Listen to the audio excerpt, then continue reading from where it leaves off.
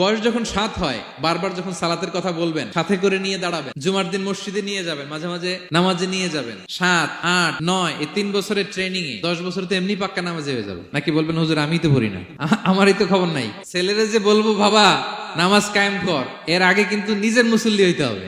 নামাজের ব্যাপারে no consideration, কোনো ছাড় নাই। সালাত আপনাকে পড়তেই হবে যে কোনো পরিস্থিতিতে। এজন্য 7 বছর বয়স থেকে বিশ্বনবী ওয়ার্নিং দিতে বলেছেন। 10 বছর বয়স হলে প্রয়োজনে রূঢ় আচরণ করো, শাসন করো, প্রয়োজনে মৃদু প্রহার করো। অনেক ফ্যামিলি আছে নিজেও নামাজি, ছেলে মেয়েদেরকেও নামাজের কথা বলে পড়ায়। জোহর পড়তে দেয়, আসর পড়তে দেয়, মাগরিব পড়তে দেয়, এশা পড়তে দেয়, ফজর পড়তে দেয় না। ফজর নিয়ে টেনশন নাই। কেন? আমার কলিজার টুকরা সন্তান ঘুমায় হুজুর, কাঁচা ঘুম কেমনে ভাঙাই। যে বাবা মারা মনে করে সকালে কিভাবে ডাকি, পড়তে চায় না হুজুর, কাঁচা ঘুম কষ্ট হয়ে যায়। ফজরের সময় যদি আগুন লেগে যায় আপনার ঘরে, কি করবেন? আরেকটু ঘুমা, কাঁচা ঘুম। দুনিয়ার আগুন থেকে রক্ষা করার জন্য যেমনি ডাকেন, উঠায় নিয়ে আসেন, জাহান্নামের কঠিন আগুন থেকে বাঁচানোর জন্য ফজরের সময়ও ডাকার দরকার আছে না নাই?